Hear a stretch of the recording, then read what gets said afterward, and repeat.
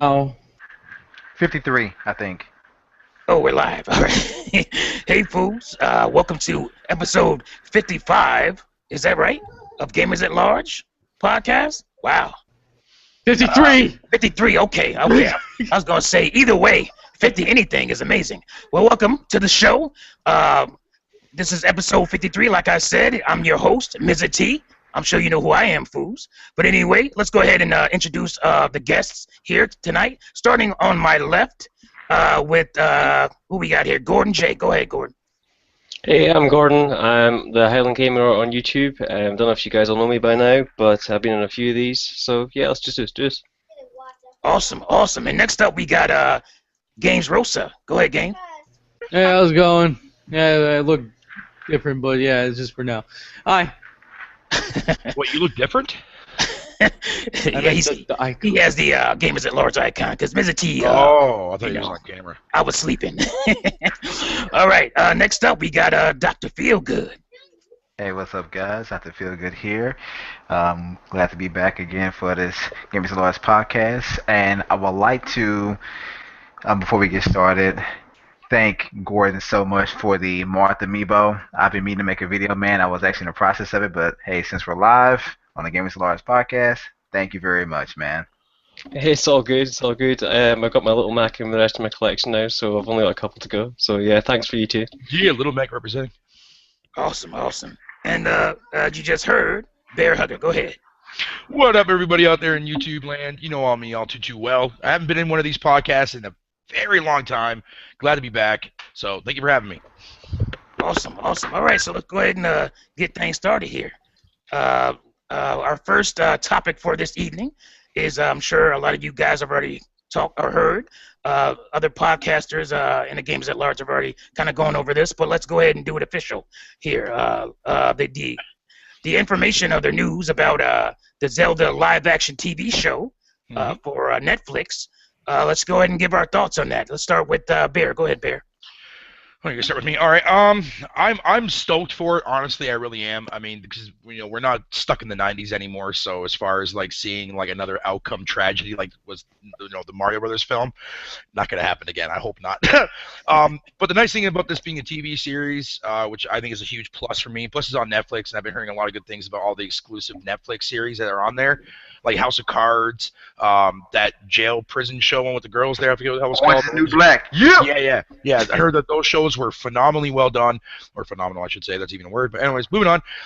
Yeah, I'm stoked for it. I can't wait for it to come out. As long as Nintendo is going to like help write it out, or at least get the storyline down pat and kind of supervise it, sitting in the background looking at it and see, okay, yeah, this is fine, this is not fine. Yeah, I'm okay with it. I'm totally fine with it. Cool. Dr. Feelgood. I feel the same, man. I personally was thinking to myself, rather than probably do, CGI, but I understand. I do understand, but I'm really hoping it turns out well. I'm a big fan of Netflix, and I have faith in Netflix that they won't let me down. But yeah, same thing Bear said. I'm really excited about it. I Oh, think it'll this be will great. also be a reason for me to actually buy Netflix, because Canon Netflix is garbage. No, it's not, dude. It is. All right. How about you, Games? What you think about the TV show? To be honest, I mean it's cool. I'm not really gonna watch it. I'll watch like probably the first episode, but I'm not really gonna watch it because I just do not like live action garbage. I'm sorry. I think Dude, all of you're it, gonna watch it. Shut your Live pipe. action. Anything that's like that, because I've been fooled so many times with too many things. There were some that were live action, but those were set in Japan, they can do live action. If I may ask a question then, if I may pose a so- question. It's just with America, not really good. Well, if I may pose a question, Games, What? what if they announce a live action Kingdom Hearts? Well, I'm not watching it. That's gonna be like probably the Dude, stupidest that is a crock of crap. Dude, they're probably gonna put like I don't know, freaking the guy who played Cody from Sweet Life. I don't know. They're probably gonna put somebody like that. That's why I just don't like. They're gonna put like Disney Channel actors probably, and this So one they'll what? probably put actors of like freaking from movies that we already know. I really would don't. definitely watch one that's based on Rosalina. That's for sure. I mean, it's just like why would I want to see like Mark Wahlberg as Link or something like that? They're you not know? going to get Mark What the Wahlberg. frick? I'm just saying, you know, just actors like that. You know, they just nobody here fits the part. Oscar-nominated actors, like Just nobody here fits the part. Nobody really No, does. they need to get non-big name actors, man. they're going to for a TV show. They're not. Yeah, gonna, that's what they're gonna do. They're not gonna, like, don't expect to see Johnny Depp as Ganondorf, dude. It's not gonna happen. not gonna happen. Dude, I'm pretty sure they're gonna cast Elijah Wood as Link. Oh shit. Oh man. What about you, Gordon? What you think? I guess I got mixed feelings about it. For me, I don't really want a direct sort of canon storyline as such. If they were to do it in the Zelda world, but take a different sort of spin on things. If you look at the way that CW have done Arrow or The Flash and things, they haven't directly sort of hit it head on, and I think that's key to this. If they throw this, bright green outfit guy with blonde hair, known actor or not, straight on stage, that's just going to look ridiculous. They need to, I think they need to take it from a sort of side angle, build up to it. If done right with the right people, it could be good. I'll give it a chance, but you never know with these things. Wow, what a bunch of negative Nancys up in here tonight. I know, right? I, for one, would love to see it, and I'm not that afraid that it will be good because, again, we're talking about Netflix, who has a great track record with television shows thus far, and I'm not afraid of it looking like a fantasy show, like a Xena warrior princess, even. Game of Thrones style, man. Game of Thrones style. Like if even if it's on that level, I would just be happy to see it. And the best thing about it is that it would be spreading Zelda, the world of Zelda, beyond the gamers, into people who might not be, affiliated with Zelda and the storyline, and maybe they'd be interested in the games after that. So, And you know what? The greatest benefit is that people will stop calling Link Zelda. right. That's another thing. Yes. I mean, that's the main thing. Like, to me, it doesn't have to be some Oscar-winning, or it can't be Oscar-winning, Emmy-winning television show. As long as it's fun, funny, and the story, the pacing is all that's good. The acting, it doesn't have to be great acting either. As long as the acting is good acting, I'll be happy with that. I just, I want to see. I've been wanting to see Zelda live action forever. Probably since A Link to the Past. I think I started thinking, because that's when the story of Zelda really started to open up. So that's when I started thinking about it. And of course, Ocarina of Time really made me want it because it was so cinematic. As long as Tingle makes an appearance in the TV show, I'll be happy as hell. Kulu Limpa. All right, let's with that, let's move on to our next topic, and it is I almost forgot here. Oh yes, it is the canceled 2.5 Metroid rumor. I actually haven't heard too much about it. I mean, I remember hearing stuff about them working on one before. So yeah, go ahead, Bear, and tell us what you think on that, because I haven't. I'm still trying. I'm trying to. Okay, you haven't. Okay. Yeah, how about Dr. Phil? Have you heard about that? I hadn't heard about it, and you said it's a rumor, correct? Yeah. Yes. Let's just be frank here. When it comes to rumors, especially rumors concerning Nintendo properties, come on, guys. They rarely ever stick, and I think the reason why people start up these rumors is just mainly because they haven't heard anything. Nintendo is that hush hush about it. I don't think it's canceled. I really don't think so. But the way I look at it is, I don't believe in it unless I actually see it from the source. So unless Nintendo confirms they're not working on it, I still believe it's happening. Plain and simple. Interesting. All right, I found the stuff on here. As far as the stuff that's been rumored. It basically says here it was a 2.5D side-scrolling entry. It was worked on by a pretty popular Western developer, which kind of intrigues a little bit. Um, 30-second prototype video surfaced, which there's no link for. This showed Samus running through a series of corridors until finally getting into a boss fight. The boss closely resembled Kraid, I think his name was. Slightly different art style than usual. Samus was depicted as more thin and athletic. Nintendo shot down the pitch. Nintendo didn't want to take the series in a 2.5D direction. This was potentially due to the mixed response to Metroid Other M. That's what the rumor basically says.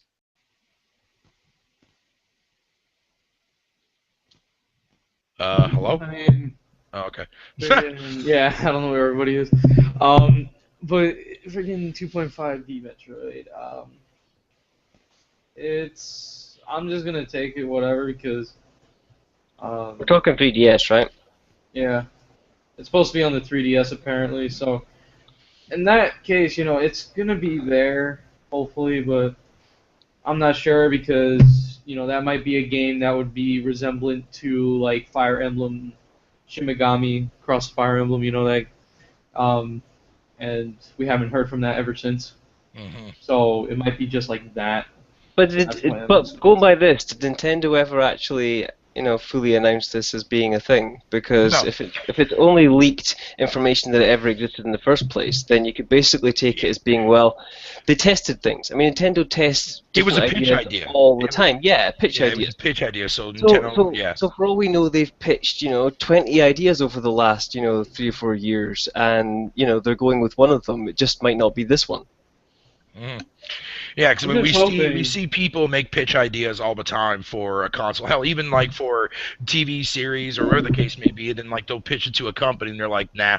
They're like, hey, this is actually pretty cool. We like this kind of stuff. I mean, remember what happened with the whole Mortal Kombat thing there? That pitch idea that ended up getting picked up. So Yeah, or you yeah. could look at the whole last the Star Fox game that came out on the GameCube that was actually pitched as a whole different game, and then they were like, cool, we'll take something from that, but we'll make something else. Yeah, absolutely, absolutely. Now, the one thing that really intrigues me about this thing, though, is the whole entire aspect of a pretty popular Western developer, and it's like, who would actually be, willing to do something like that? EA, definitely not. Activision, no. I'm probably going to say that maybe it could have been somebody within Ubisoft, you know what I mean, that wanted to actually pitch If you a game think about idea. it, Western. Retro is Western. But Retro wouldn't pitch an idea like that if they already got something concrete. That kind of stuff. It just wouldn't make any sense to have them, to make a 2D side-scrolling game at all. Period. I mean, I don't know. It's weird. They do the same thing with Donkey Kong. So Yeah, why but can't they do Donkey Kong, though, all those Retro? ideas get processed through to a different, from Nintendo's standpoint, and then they hand over to Retro to make. So I don't know. It's messed up. It's weird. It's really weird how it's done. I mean, you could be right though. Yeah, it could very well be Retro, or it could be somebody else that is exclusive to Nintendo that we don't know about yet. You know what I mean? Who knows? It's interesting nonetheless, though. I mean, for an idea, being 2.5, but then again, that's exactly why Other M was like that. You know what I mean? It was 2.5D. It had a lot of negative responses, hence the reason why I believe that Nintendo turned it down. So who knows? Is it everybody? Yeah, I guess. So what was the sorry, I had to step out for a second. What was the hardcore information on it? It says it was a 2.5D side-scrolling entry worked on by a popular Western developer. 30 seconds of prototype. It says they show that Samus running through corridors, a series of corridors, whatever you want to call it. Blah blah blah blah. It says Nintendo shot down the pitch idea. Nintendo didn't want to make a series in a 2.5D direction. This was probably due to the mixed responses to Metroid Other M.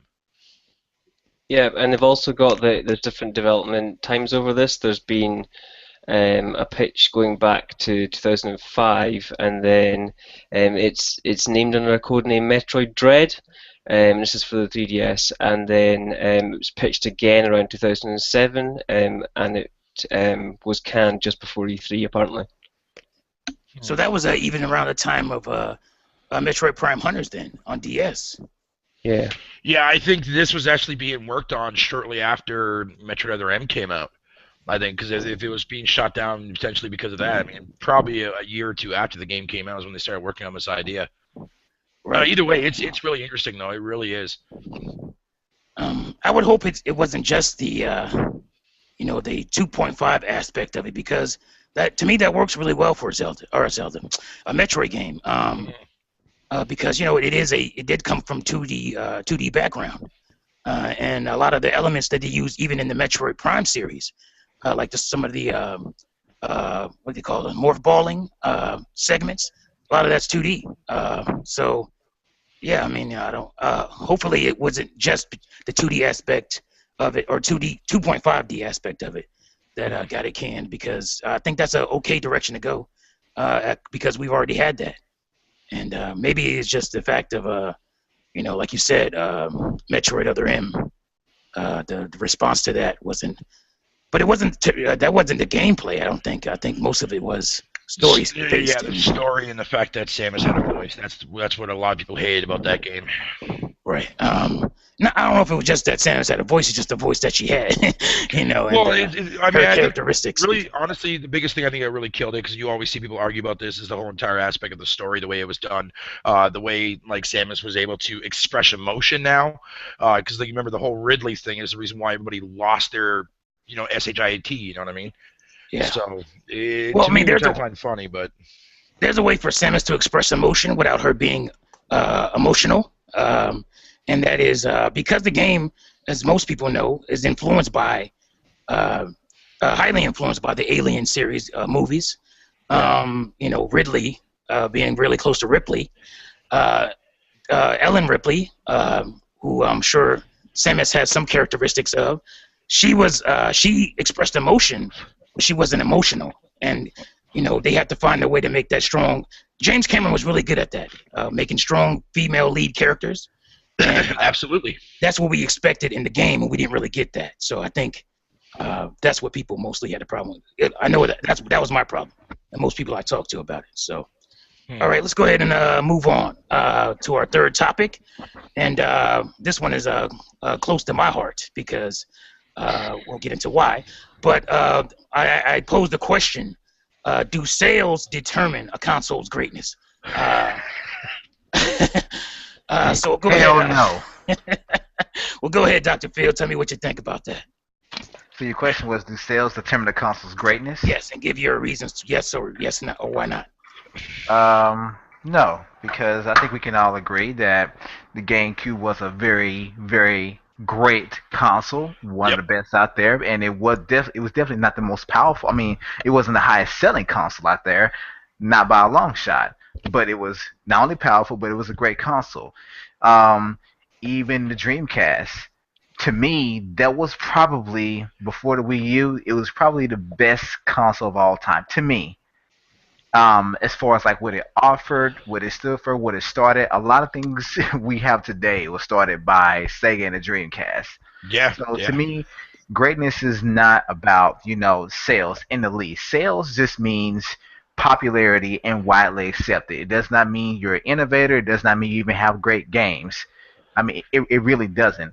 I mean, if that's the case, that means the PS2 it can be considered the greatest console of all time, even to this day, because of its sales. Yep.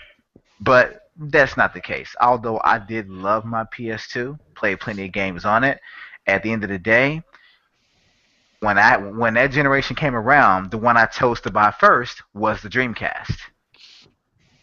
And some people may think that I was stupid for doing that, but I knew when I bought it what I was getting it for. And to me, sales will never equal greatness. And no. Another example of that, and this is just a slightly different aspect, but even when it comes to like the mobile phone market, like I love HTC, but they're definitely not the highest selling phone out there compared to the iPhone and the Galaxy. But most will tell you that as far as features and durability, it's overall the best. But they never ever get the highest amount of sales. So I will leave it at that it definitely does not equal greatness at all.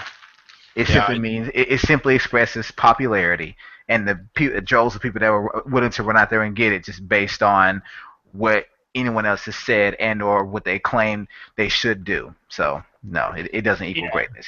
Plus, I mean, if you look at the numbers right now with everything that's going on, at least in the current generation that we're in, Sony had an amazing marketing plan. They've been marketing the crap out of the PS4. Everyone bought into it. And that's the reason why it is where it is right now. Nintendo, there isn't really much more of a market push behind it. You know, it's a very difficult console to advertise for, to really get the message across. Whereas like last gen for the Wii, it's like you already see one commercial, it's like instant buy. You know what I mean? Because you already knew exactly what you were getting into. And as far as like what you were saying there, Mr. T, is like does it determine a console's greatness? Hell no, absolutely not. Because the argument of like people prefer the Genesis over the Super Nintendo. People prefer the PS1 over the N64, or people prefer GameCube over the PS2, that kind of stuff like that. And there's nothing wrong with that.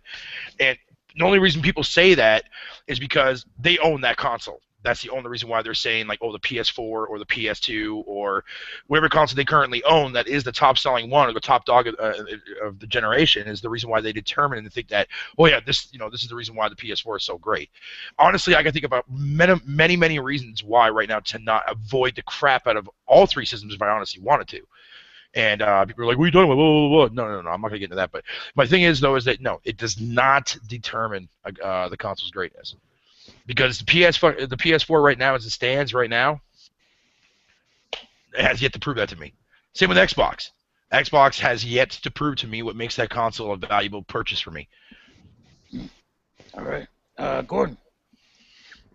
Okay, just to maybe play the other side for a second, I think it can sometimes help to show a console's greatness as opposed to determine its greatness.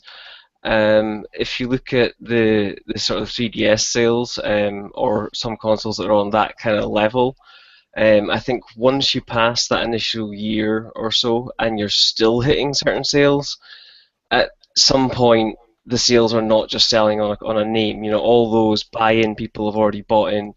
So the people that are buying it at that point are people who genuinely feel they're getting their money's worth, that have saved up for it or whatever the case may be.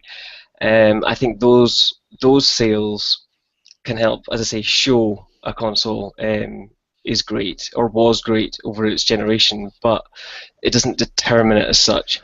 If anything, determining if a console's great on sales, I would say tends to be the other way around. The consoles like the N64 at the end of its life, the GameCube for the majority of its life, and right now the Wii U are some of the best console experiences I've had because they're not selling as well. Because it's forced them to bring out better games, to polish things better, to show off the experience of how individual they are as a console compared to other things. And by having lower sales, that's what's forced those companies to do things. If Nintendo had skated by on the Wii U and sold as well as they had on the Wii, would we be getting some of the games that they're pushing out now, or would we be sitting just getting party games? No, you make it. That's a very, very interesting point too as well. But I'll wait till off air. Hey, games. Anything to add? What do you think? Blinking marks. Basically, man, screw you. All right. No, it really doesn't. But at the same time, look at how Sony is. They're lazy as frick now. I wouldn't say that. They are. I'm sorry. How are they lazy? When you compare it to the amount of games from a first-party standpoint, oh, they're sucking. They really are. Because right now they're just letting other people do their work, basically. Yeah, but they're being and to develop it themselves. They have like their in-house parties make their own games. So I mean, yeah, but it's like when it comes to a console standpoint, because third parties don't make consoles. When it comes to a console standpoint, they really are lazy. And look at the amount of sales, even though it's really, to be honest, it's really ridiculous how it's already at 20 mil mostly. And you still see the Wii U at like what? It's around 9 now, close to 10. Xbox is around like 11. But yet Sony's still losing money. They just have to sell off the entertainment division. Trust me. I'm getting to that. The entertainment division just this week's just been sold off. No, trust me. I know. Trust me. I'm getting to that. Sony really doesn't know what they're gonna do next. They really don't, because this can be doing great for them, but it's not helping the entire company as a whole. right? Right now, they actually just sold Sony Online Entertainment to somebody, and now they have the rights to H1Z1, which was the latest, actually, one of the latest games that they just brought out, and yet they already sold it. So that's kind of... Well, the game's not even technically released yet. I mean, that is on PC too as well, and it was only in early access. So there was no beta technically for it on the PS4 as of right now. But this new company, as soon as they've gone private within that first week, have announced that they're going to be making games on Xbox as well. Yeah, I know. And the thing is, Sony knows this too as well. Like, I mean, Sony's like, they have their moments, but I don't think they're not that dumb, I guess, per se, is because honestly, with them having to close down a lot of their individual like. Oh no, they're dumb. Well, okay. Well, I don't see them as being that dumb. They had their moments, yes. I mean, we all know that the PS3 was a rocky this means that Sony has no direct in-house game production. That is true, yes. But the thing that I fear the most is, I mean, they've already turned a profit with their PlayStation brand. Their last quarter financial, they already made profit again, which is nice for them. However, the problem that I have is, though, one thing that I'm worried about, even though I think most Sony fans out there will definitely disagree with me, but I feel that without a whole lot of income coming into Sony's actual pocket outside, they keep shutting down their divisions or specific divisions in general. Because I mean, their PC division's already gone. They've already sold that there back in 2012, I think it was, and then now Sony Online Entertainment, that's gone. And then of course, what's the next to go? Sony Pictures. It's a possibility after what the negative outcome that happened with the whole entire their systems being hacked and whatever you want to call it from the Sony Pictures side, whatever the case may be. But however, if that company goes under and Sony decides to sell off that brand, which I don't think they're going to, because I still think they have a lot more money in the bank, at least Sony Pictures as a company stands. However, though, they've got left. Exactly. So they need to sell the phone divisions and the rubbish. Yeah, I mean, well, no, I mean, if Sony were to close off, just be single-handedly the PlayStation division, it's going to be hard for them to be able to keep companies like Naughty Dog, Santa Monica. It's going to be hard to keep them with that company that makes Little Big Planet, and a few other companies too as well. Because I mean, like Insomniac, while they weren't, technically whatever you want to call it, but they did make, a lot of franchises exclusively to the Sony brand, with what do you call it there? Resistance. Resistance was a franchise that sold pretty well. Then it went downhill from there, and Insomniac took off and decided to go make Sunset Overdrive for the. They did that Ruse game for both consoles, and then they took off and made an exclusive game for the Xbox One. But my fear is that I think Sony doesn't do something drastic in order to get like a lot more money flow going into the PlayStation brand. I have a fear that they're going to end up losing a lot of these other companies. I think the only one that will definitely keep on board is Naughty Dog, because I think Naughty Dog is definitely like their pride and joy right now with like Uncharted and Last of Us, whatever the case may be. Even though what they said last week though about the whole entire aspect, they're not going to make any more cartoony games. I was beyond pissed about that statement. I really was. I was fuming about that. But that's here or there. For me, Sony needs to keep everything that they can do through their PlayStation. So selling off their gaming company or the entertainment company seems stupid to me. If it was me making the choice, I'd be selling off television divisions, maybe things to do with your physical phones, all these sort of maybe cameras, things like that. Yeah, I would be keeping Paramount Columbia in all their pictures and their films and things. Keep your media rights and focus on any streaming or things you can do through the PlayStation, because that's where their money came in. That's why Blu-ray won, because of the PlayStation. So keep the PlayStation and make all your media available through the PlayStation. Yeah, exactly. But the thing is, though, too, go ahead, Phil. I'm sorry. What I was gonna say is this: to me, and I could be totally wrong, but this is my opinion. But to me, you cannot, as a company, survive when you depend on everyone else outside the company to make you money and make you attractive.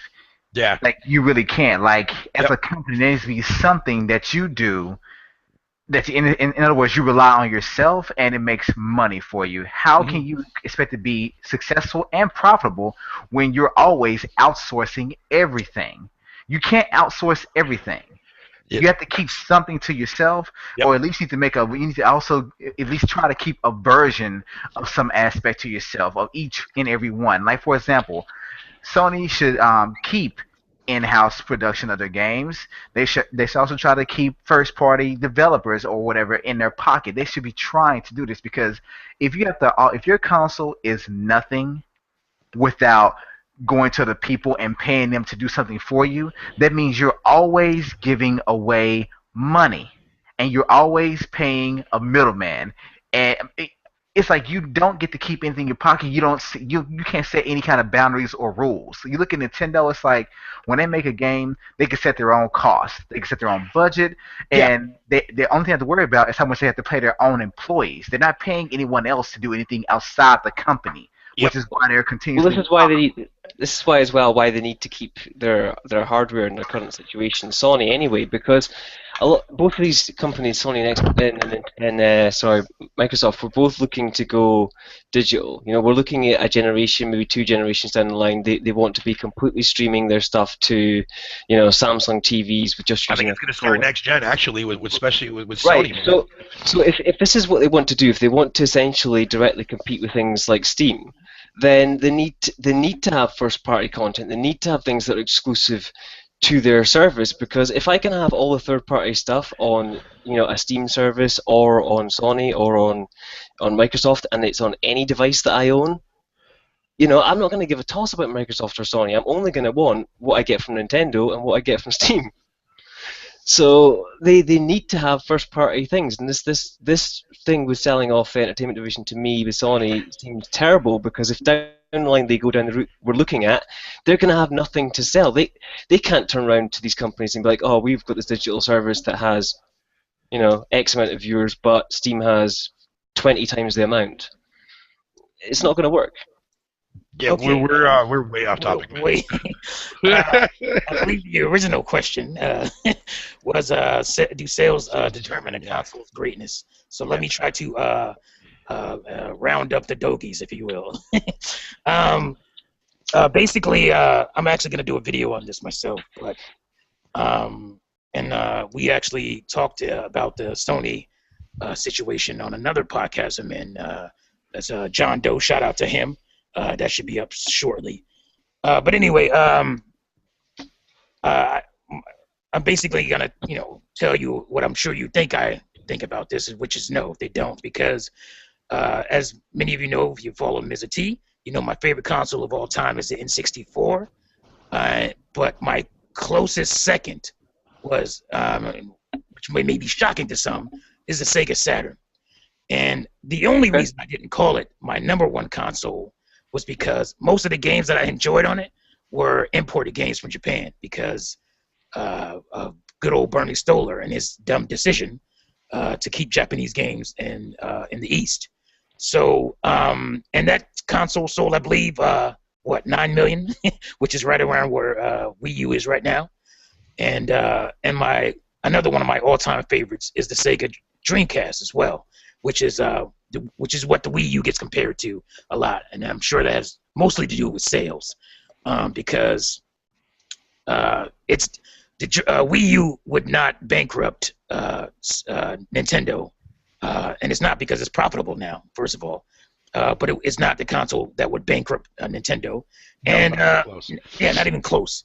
And I think I feel they're similar because I feel like they're underappreciated.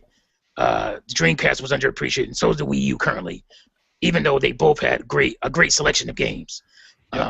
Because they missed out on some of the bigger third parties, like Wii U's missing out on them, and the Dreamcast did as well because of the bridges they burned with all those failed consoles from Sega that the third parties were supporting, like the 32X, the Sega CD, and Sega Saturn. Yep. Right. And so EA and stuff, they wanted nothing to do with Dreamcast, even though it should have been Sega's return to great consoles. But because everybody had backed out at that point, they weren't able to. Even with all the cool IPs, new IPs they were pushing out on Dreamcast, crazy stuff like Seaman and. That sounded terrible. No, yeah, I don't even talk about Seaman. Let's agree to always say Seaman. Seaman. Seaman. You gotta shorten it up and use the syllables. Seaman and Jet Grind Radio, Jet Set Radio. So they were putting out some cool stuff, and a lot of that stuff got overlooked. Shenmue, which is a game that Power Stone. Shenmue really cost them a lot of money. I think it was like $50 million at the time. which was huge, a huge investment. Yeah, especially in that time period. Yeah, That, especially compared to today's standards, that was a lot of money. It pay off, right? It was. Yeah. Actually, Sega. I'm getting off topic a little bit. I'm gonna get back in, but the Shenmue actually started on development on the Sega Saturn. I just recently learned this, and I actually got some footage that I'm gonna show on my Sega Saturn Throwback T episode. So look out for that.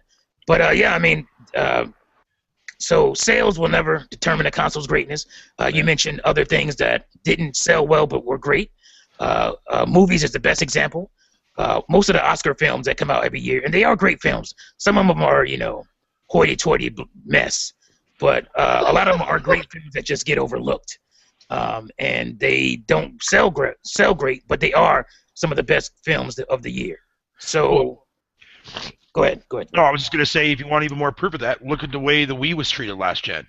Right. That was like the best-selling console last generation, but yet everyone sat there and said, "It's a closet driller. It just sits in my closet, collects dust." Right. Blah blah blah blah. That's your proof right there, people. That consoles, no matter how high your system is selling, does not determine greatness, because the last generation is 100% proof of that. And if your Nintendo is system, or your Nintendo is system, if your system is Nintendo.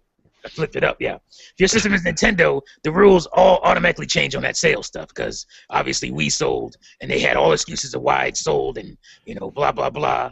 And then now the Wii U isn't selling, even though it's a great console, and they have all the excuses for that. So it especially with Nintendo, the excuses and the rules change. I've noticed that. So it mainly boils down at the end of the day, though, Mr. T, to people whose preference of games they prefer to play. That's what it boils down to. A console, you can sit there and buy like any console, like PS4, Xbox One, or Wii U, or any last gen console for that matter, and there's going to be games on it that you'll like that the other system may not have. That's why I always buy Nintendo consoles first at the beginning of every generation, with the exception of last gen, because the Wii was impossible to find for the first year and a half. Right. So, if sales determine greatness, then the best games last year were Destiny and Call of Duty, whatever, Advanced Warfare, and Madden's. Those are the greatest games of all time. if sales determine greatness, you can liken it to posters and art. Posters sell billions and are just prints of a generic thing half the time. Mm-hmm. Art, will sell maybe 2 or 3 copies if they're allowed to copy it. Maybe just the one. Right. Yeah, I agree on that. Yeah. Yeah.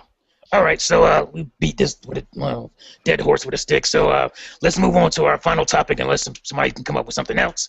And it is. I do have a topic. Okay. What is the gamer infatuation, or at least to my understanding, with what's next, rather than being able to enjoy what's now? Especially, it seems like especially this gen, and to some degree, that has to do with these consoles not living up to their hype. But it seems like a lot of the times, and this may be not just video games, but what do you think about people being infatuated with what's next, especially with Nintendo, and not being able to enjoy what's going on right now or coming soon? Go ahead, Bear. Wait, how would you define into a question? Like what people are looking forward to, or? Yeah, I mean, because a lot of people are talking about what's coming next for Wii U, especially, or Nintendo's next console, or their next handheld. Okay. So they're looking at like the future-wise, not like the now. Right. Okay, I get what you mean. It seems like there's a lot more talk about that than all these great games that are coming this year, even. So yeah, I just want your take on what you think about that. Me personally, I think that no, it's too early. I think people should focus on the games that are coming out now. I mean, hell, even people who have, let's say, a last generation console, like they could still look at it from a now standpoint, because a lot of these games are coming out, they're cross-gen. They don't really have a reason to upgrade or anything like that. But in the form of what you're getting at, though, is the fact of like people are talking about like Nintendo's next-gen console. Yeah, I can understand people talking about that, but who cares? Wait for the announcement to be official if they are even making a next-gen console. Look at the stuff that's coming out now. Look at all the great content that all 3 platforms are getting this year. Don't look and see what's coming out in 2016 or what's going to be announced in 2017 or their prediction-wise. Just look at the now. You know what I mean? Like, people just block that out. They don't care. They look at it and say, oh, yeah, well, Kirby's coming out. Don't care. Xenoblade Chronicles is not coming out for like another 6 months. Who cares?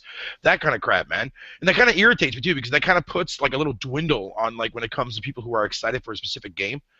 So you bring up a game or a topic or a game as a topic, I should say, sorry, towards someone. They're like, yeah, it looks pretty good, but I'm more, I'm looking forward to, Nintendo's next gen console. I've had conversations like that, and that really irritates me, man. It really, really does bother me. Yeah, I'm not a big fan of that. It's stupid. It's retarded. Right. All right, Gordon, what do you think? I don't know. I think there's, again, maybe two sides to it. There's the side of things that if there's something new coming, more people are going to be talking about that one thing. I think it's going to show up just because it is the new thing. If there's, let's just say 10 games already out in the library, even if people are talking about it, that's split amongst the entire fan base, whereas the whole fan base will be talking about whatever's new coming.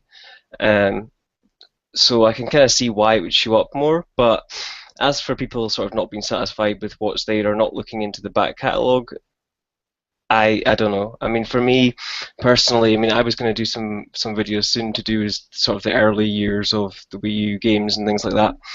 And for me, I think it's a shame that some of the things are missed out. If you look at the Deus Ex sort of remake on the Wii U, Batman, Lego City Undercover, some of these games to me are still my top 10 in the library, whereas people are going crazy for a little bit of Zelda footage, but we're not going to get to play that for maybe another 6 months or so, or whenever it finally comes out. Enjoy the stuff that you can get now, and if you can get it for like half the price, well, that's a bargain. So I mean, for me, I'm all about what I've got now. I've got backlogs of stuff that I'm still hyped to open, sitting in my room. But I don't have a problem with people looking to the future as long as they are paying attention to what's around just now as well. Right. All right. Cool.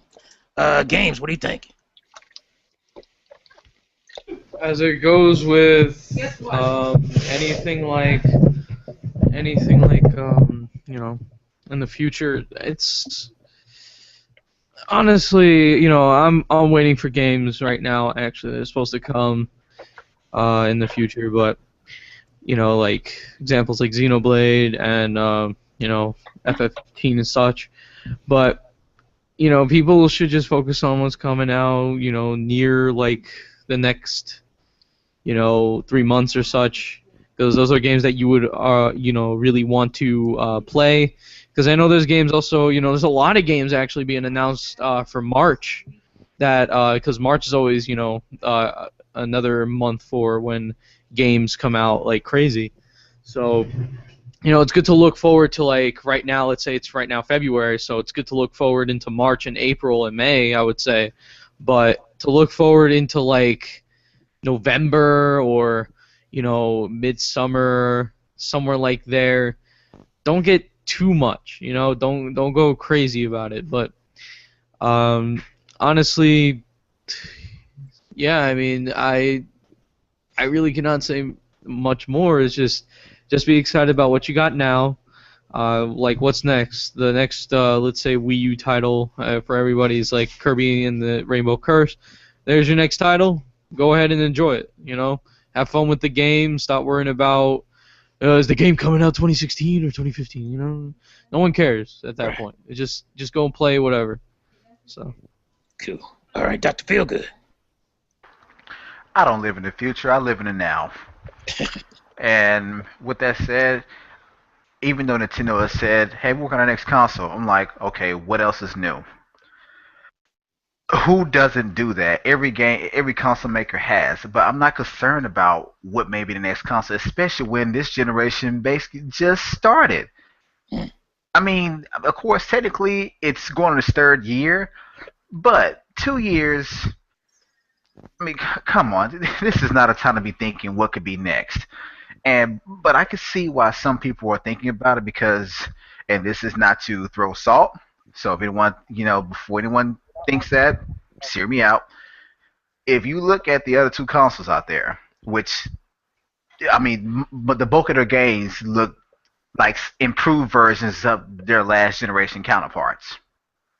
Right. So I can see why a lot of people are looking forward to, hey, what can be next, the next console. But just to get back on topic, I mean, there's no reason to even think or consider waiting for what's next or to wonder what could be next.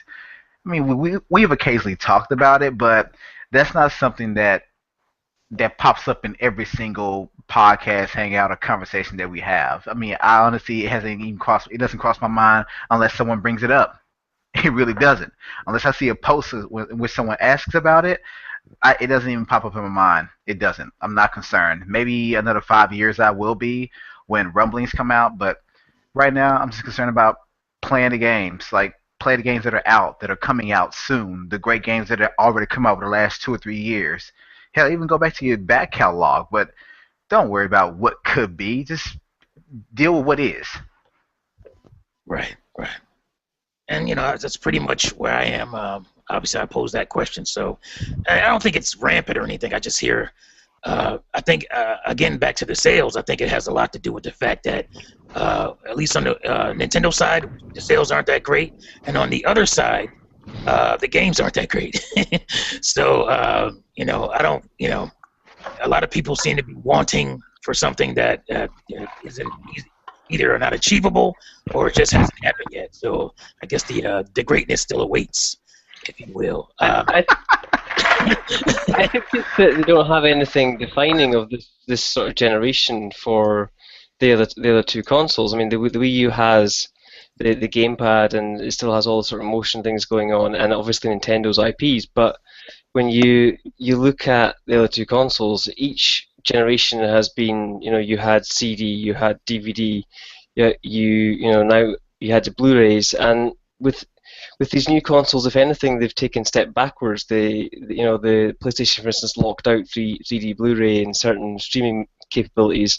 So I can understand the frustration of like, well, what's the next big thing? I went from 720 to 900p. Whoop-de-doo. Why am I paying £400 for that? It seems like if you were deadly serious about playing PlayStation things or Xbox things right now, you would have just stayed on the previous console, unless the one or two exclusives. But realistically, there's no upgrade, reason. Whereas if you compare Nintendo, okay, they were a bit lower last generation, but the graphical leap, is much higher. The controller difference is so much more drastic. Love it or hate it, they're the only ones that have defined their current generation. Right. Mm-hmm. That's pretty much where I am on that. I think Barry, you said you had a topic. You want to go into that? Yeah, because I was actually going to do a rant video on this, but I decided kind of like, you know what, screw it. I'll bring it up on this here. I got into a debate with somebody today talking about the difference between AAA middleware and like budget titles, and how a lot of people I tend feel that they don't understand what is a AAA title. Like, they automatically assume that every game that comes out is a AAA title. Even though that's far from true, but people will say, like, when you look at, like, for example, Bayonetta, people will sit there and say that, well, 600K is like really, really bad. It's atrocious. But yet they don't realize that that's a game that was not a AAA budget kind of game. It was definitely, I want to say, about maybe between budget and middleware around there, give or take, because Platinum Games usually don't make AAA titles. We know that for a fact. But it seems like a lot of people are using that in the form of an excuse, saying that, oh, that's the reason why this game sucks, blah, blah, blah, blah. It's like, when you really look at it, and you have to look at it from two perspectives, it's like, okay, so is 600K really that bad when you compare the numbers to 3 months compared to like the PS3 version of Bayonetta 1, but standalone, taking like 2 years to break over 1 million, where it's already like almost over halfway to 1 million now on the Wii U. The second thing you have to look at too as well is the fact that a lot of people don't seem to understand like how much money profit that game brought into Nintendo, because after all, they are the one that gave the money full-fledged funded for that game. So I think a lot of people just tend to get that all confused, or whatever you want to call it. And it kind of drives me up a wall, to be honest, because a lot of people they don't understand. They think like every game that Nintendo makes is AAA. No. I think the problem is in gaming, especially today, and it's always kind of been the case, but especially today, it seems like there's a lot of the fandom has become fanatic, and the numbers and sales have become a way to to diss the other fan base or the other group. Look what we doing over here, blah blah type of thing, So people will throw that out there. And I pose that, same argument, or the same point, is that if you look at Bayonetta 1 sale sales on PlayStation 3 and Xbox 360, they're not much further ahead of what's on Wii U for Bayonetta 2. I think it's 200K behind Xbox 360's Bayonetta 1. And we're talking about consoles that had 50 million install bases at the time, 50 million plus. So how isn't this a good thing with the sales? Because we're looking at at 8 million plus 8.5, I think, around the time when Bayonetta 2 launched. We're looking at that fan base, and you're almost close in sales to the much bigger fan bases of the Sony and the Microsoft consoles. Like you're not proving your point, you're proving mine.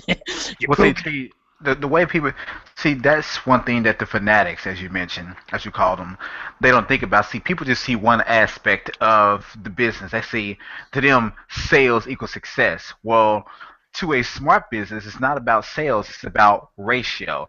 It's about return on investment, in a sense. Right. I would rather be a company that, for every one console, or for every 10 consoles, 5 people got the game. Yep. Now, let's say that we only had 1 million consoles, and Bayonetta 2 only sold 200,000. Well, that's 200,000 in the first month. That's one to every 5 we use. Yep. But you look at Bayonetta for the original 2 consoles, that was like maybe 80 to 100 million install base. Yeah. And they barely even broke. They even break 2 million total. I don't think they broke 2 million total. Yeah, 2 million total. Yeah, the Xbox One or the Xbox 360 version of Bayonetta 1 is still sitting at like 900K, and the PS3 version sold like 1.1K or 1.1 million. Sorry. So right now, the Wii U version is technically outpacing the sales right now, at least of the PS3 version, anyways, and it's going to outpace the sales of what the Xbox 360 version did originally, which I find hilarious. Again, like I said, the PS3 version of Bayonetta 1 took 2 years to break 1 million. And if the Wii U version is already sitting at like 630K right now, it's definitely going to outpace it, guarantee it for sure. And what are people going to say then? Oh, it doesn't matter because the PS3 version, has like a couple 100,000 more than what the Wii U version. I'm like, dude, it doesn't matter. The fact of the matter is that well, within if the you first think year, about it already broke 1 million. You're an idiot. If you think about it now, it's already outsold it. That's the thing. It technically has. It already has, because if you look at it, 3 freaking months. If you look at it, we had 2 consoles here. Yep. Both of them had 50 whatever, and it that's sold. right. You were talking about this the other day. Yeah, so it sold roughly around 1 million or 1.5 million between those 2, and we're looking at 1 console here. Yeah. With right now an install base of 9 million, somewhere around there. So you're gonna tell me that this is doing bad? No, this is doing really, really freaking good for a console, especially that's in its we're in its 3rd year right now, are we? Or we're going on its 3rd year right now. So we're going on its 3rd year, and but the game is only like 4 months old. That's the problem. It's only 3 months old. It came out right at the end of October. We're comparing lifetime sales on these other consoles to a game that's only 3 months old. That's what I mean. It drives me crazy. But the thing is, though, those fanboys out there, those fans, don't want to admit to that because they don't want to feel defeated that when they were bitching and crying, excuse my language, but they were crying about the aspect about Bayonetta 2 being exclusive and how, Nintendo fans didn't give a crap about Bayonetta 2, or they didn't care about Bayonetta until now. Well, all this other crap with that, they're eating their own crow right now is basically what I'm getting at, because they're pissed off that they got proven wrong. And they don't want to admit to that because they don't want to own up to them making themselves look freaking retarded and stupid. So they want to sit there and they want to keep pouring out and shelling out all these excuses to make it sound like Bayonetta 2 is a crappy game, which is far from it because it's already outpacing the 2 games to like pretty much basically not 10-1, but it's definitely doing a hell of a lot better sale-wise. And Platinum Games, I'm sure, were probably freaking happier than hell when they saw this game sold over 500,000 within the first 3 months of the goddamn game's lifetime span. That's ridiculous. I mean, it's a real shame that Wonderful 101 never got that same treatment. But the main thing, though, the reason why I brought this up is because I made the video the other day talking about how Oh no, this is actually some guy replied to a video that I made a while back, talking about like how third-party exclusive games on the Wii U will always sell better than multi-platform, that's a fact. That is a freaking fact. You can look at the numbers and say like Lego City Undercover compared to all the other Lego games that got released on the Wii U.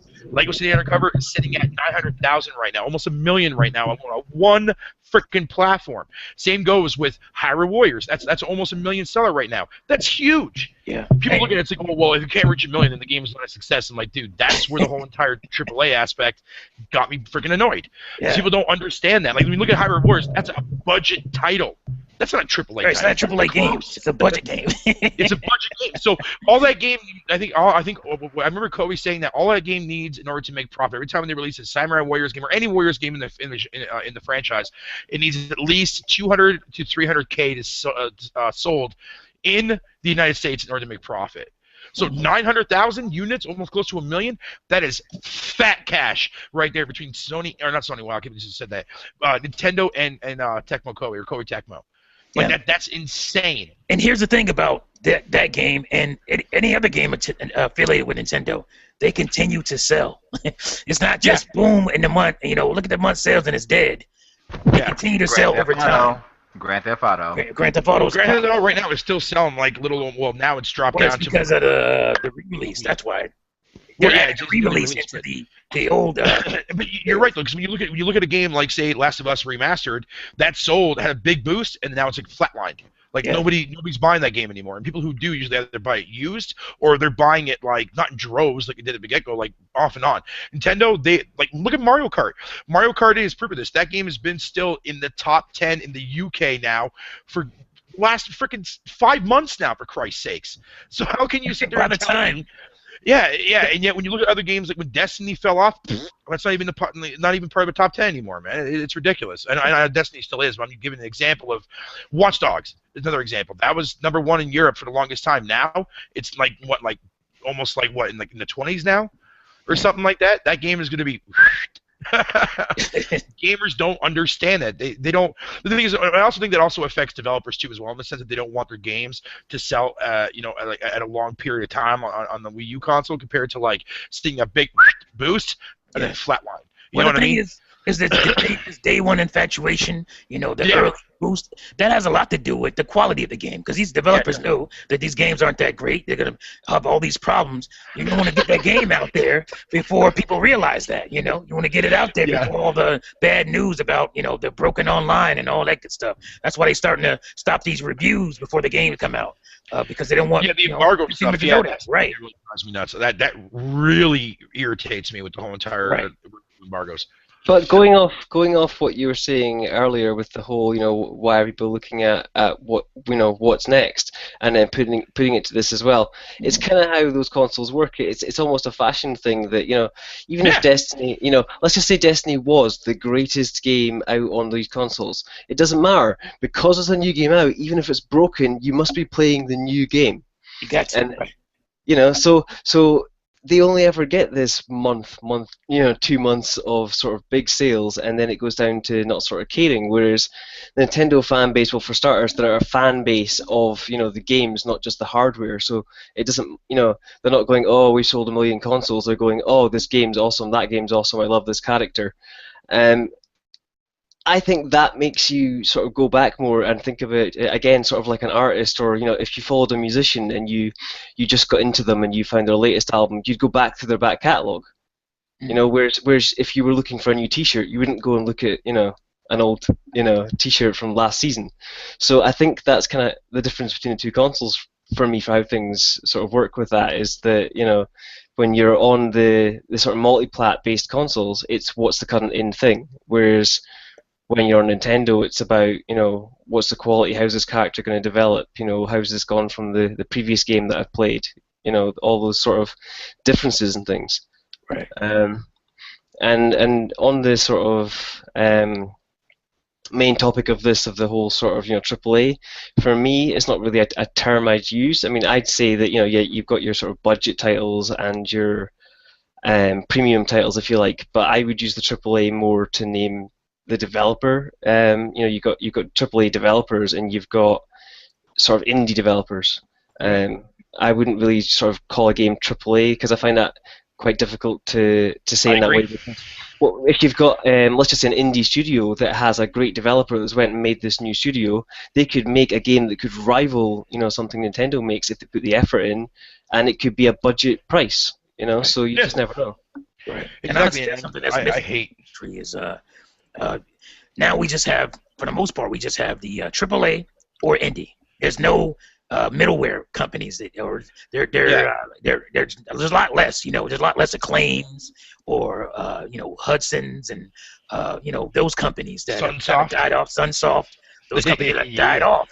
Or if they exist, they're a side project to EA or somebody. Right, they've been swallowed by the bigger company, or they just couldn't make it anymore. THQ, they started biting off more than they could chew. They were fine in their little area where they were, but they wanted to be the next EA, and they couldn't handle that. This is like what I'm saying. It's like when you look back at like the old school generations, there was like nobody ever used the term AAA. No one ever used it because nobody knew what the hell it was. Right. I mean, like last generation was the first time I ever heard of a term AAA. I'm like, what the hell? We're now using battery terminology now. What the fuck? But anyways, but I mean, people also need to understand too as well. It's like now we're in the era. How you graded wood grain, no? AAA. But no, I mean, you go back and look at from like the NES all the way up till pretty much basically the GameCube generation. It was, with the exception of Shenmue. Shenmue was actually, you're right about that. Shenmue was the only first game to ever have a big, humongous budget behind it. And yet, look what happened. Yeah. Now we might not even get another one at all, period, even though that game was utterly close amazing. that now, now $50 million is like common now. It's very, very common. You can even have a high budget and still make a crap game. Oh yeah, we see it all the damn time. That's why when I see people when people post me these list of games that are all coming out, I'll look at the list and I'll be like, okay, but how can you guarantee that all these games are going to be absolutely perfect? You can't. You can't tell me that every game is going to be perfect. Well, you can't do the same thing for Nintendo. Actually, yes, I can. Because Nintendo actually does deliver on their actual content, and they do release games that are not effing broken. So when you sit there and people are like excited for like games like the Order 1886, that's fine. Most first-party games that Sony releases are actually really, really tacked on. They're really, really good. There's no broken mechanics behind them.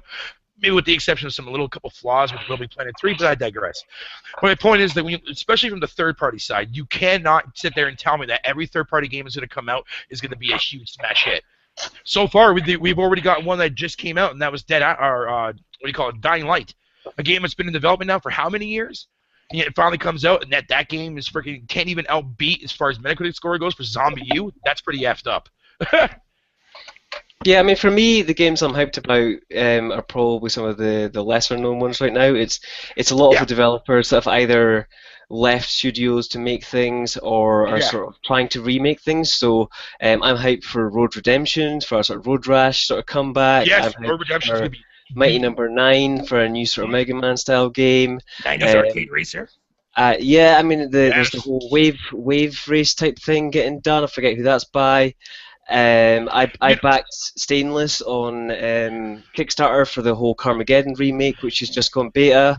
Like, I want all this stuff back. That's what I'm into right now. So. I agree with you. I mean, I'm pretty sure I was telling you this the other day, OT, real quick before we move on here.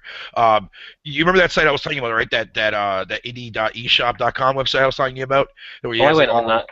It's a good site. Well, anyway, that site, effing amazing. One of the best sites out there. You can go on there and see what games are coming out for the Wii U and the 3DS only. It's a beautiful website design.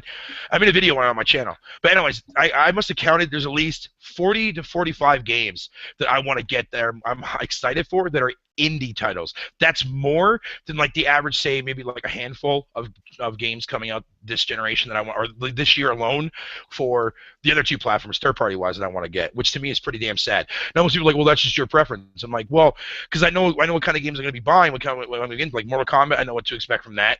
Batman Arkham Knight, I know what to expect from that. Resident Evil. Okay, maybe not exactly know exactly what I'm getting into that, but it's my love for Resident Evil the reason why I'm excited for that game. And like maybe like in Scalebound. So that's it. Like 4 games that are coming out for the whole entire year of 2015 I'm looking forward to. And most people are like, well, dude, you just have to, express your, like open your horizon. I'm like, dude, I don't have to express shit. Excuse my language. I'm saying at the end of the day, it's like I can't trust third parties as much as before as I used to because I can't guarantee a complete flawed or fluid product out of the gate. I just can't. You can guarantee a flawed product. Yeah, I can't guarantee a flawed product. Yeah, but I hope to God it's not going to be the case. But it is All what right. it is, man. I just wanted to bring that topic up. Thank you for That's allowing cool. me to Yeah, share it, man. dude. Thanks for sharing that one. Yeah, no problem, dude. I think that's it, right? Yep. We're going to get on out of here. All right, fools. Thank you all for listening to, again, what was it, episode 53? Shame on me. Shame on me. Episode 53, the Gamers at Large podcast. We've been going for a while now, and we're going to keep it going. So thank you all for, watching and listening. And let's go ahead and get on out of here. Let's start with Bear Hugger.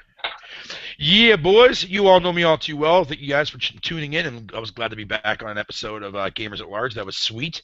Look forward to some more content coming out of my channel as per usual. Also, I have actually signed up with a network now. I'm just waiting for them to approve my application, which they already have, but I have to wait 24 hours for it to actually take effect. But I'll do a video on that later on. Also, I'm doing something else in conjunction with Call of Duty Black Ops 2. It's not a movement. I was originally started as a movement, but it's not going to be now. It's mainly just to try to get more people involved in the community as far as among Nintendo fans to try to get into playing some Black Ops 2 because honestly, that's probably going to be the last Call of Duty game we're ever going to be able to actually get because everybody knows that Ghost is a pile of crap. But anyways, yeah. So thank you for having me, man. I appreciate it. Awesome. All right, go ahead, Dr. Feelgood. Hey, what's up, guys? I'm glad to be here once again. I do apologize I zoned out. I'm playing some Black Ops 2 right now. But anyway, you're damn right. And my KD proves it. Shut up, Yeah. man. Anyway, glad to be here. And as I always say, keep it gaming. Amen, brother. All right. And games. They worry about KD. Exactly right. It's great. It was great to talk with everybody. I got a lot of things coming up, actually. I'm still working on my Xenoblade idea thing because they freaking keep making... They're like, oh, here's this information. Here's that. Here's this. Oh, we just came up with a full-on 24-hour presentation. I'm like, freaking screw you. But that's supposed to come up. And I do have my cast this Tuesday again, so hopefully you guys can catch on to that. Nope. And yeah, so I'll catch you all later. I got a lot coming, so I'll see you all next time. Bye-bye. All right, Gordon. Hey guys, Gordon, Highland Gamer, as I said before. I've got some videos I'm working on just now, some more to do with the whole sort of amiibo things, one to do with unlocking all the costumes in Mario Kart with amiibo and things like that. So yeah, just generally a lot more YouTube stuff on the go. I've kind of got a lot more sort of pumped with this recently, so I've been sort of trying to do Photoshop bits and pieces, trying to make videos look a bit better, so if you guys check that out, it'd be cool. But yeah, that's it, just a lot going on right now. Awesome. And as you know, I'm your host this week, Mr. T. And again, thank you guys for listening and watching us. Make sure you tune in. We're not going to be on next week. We're taking the weekend off for that wonderful holiday that is Valentine's Day. So we'll be back the week after that. And I believe Games will be hosting. Is that right, Gamer? Yes, that is right. And expect a very, very different format. Trust me. So I'll see you guys. All right, fools. All right, thank you for watching and listening again. And as I always say, play Nintendo, fools, and we out. Forever alone. Buy the Ike amiibo.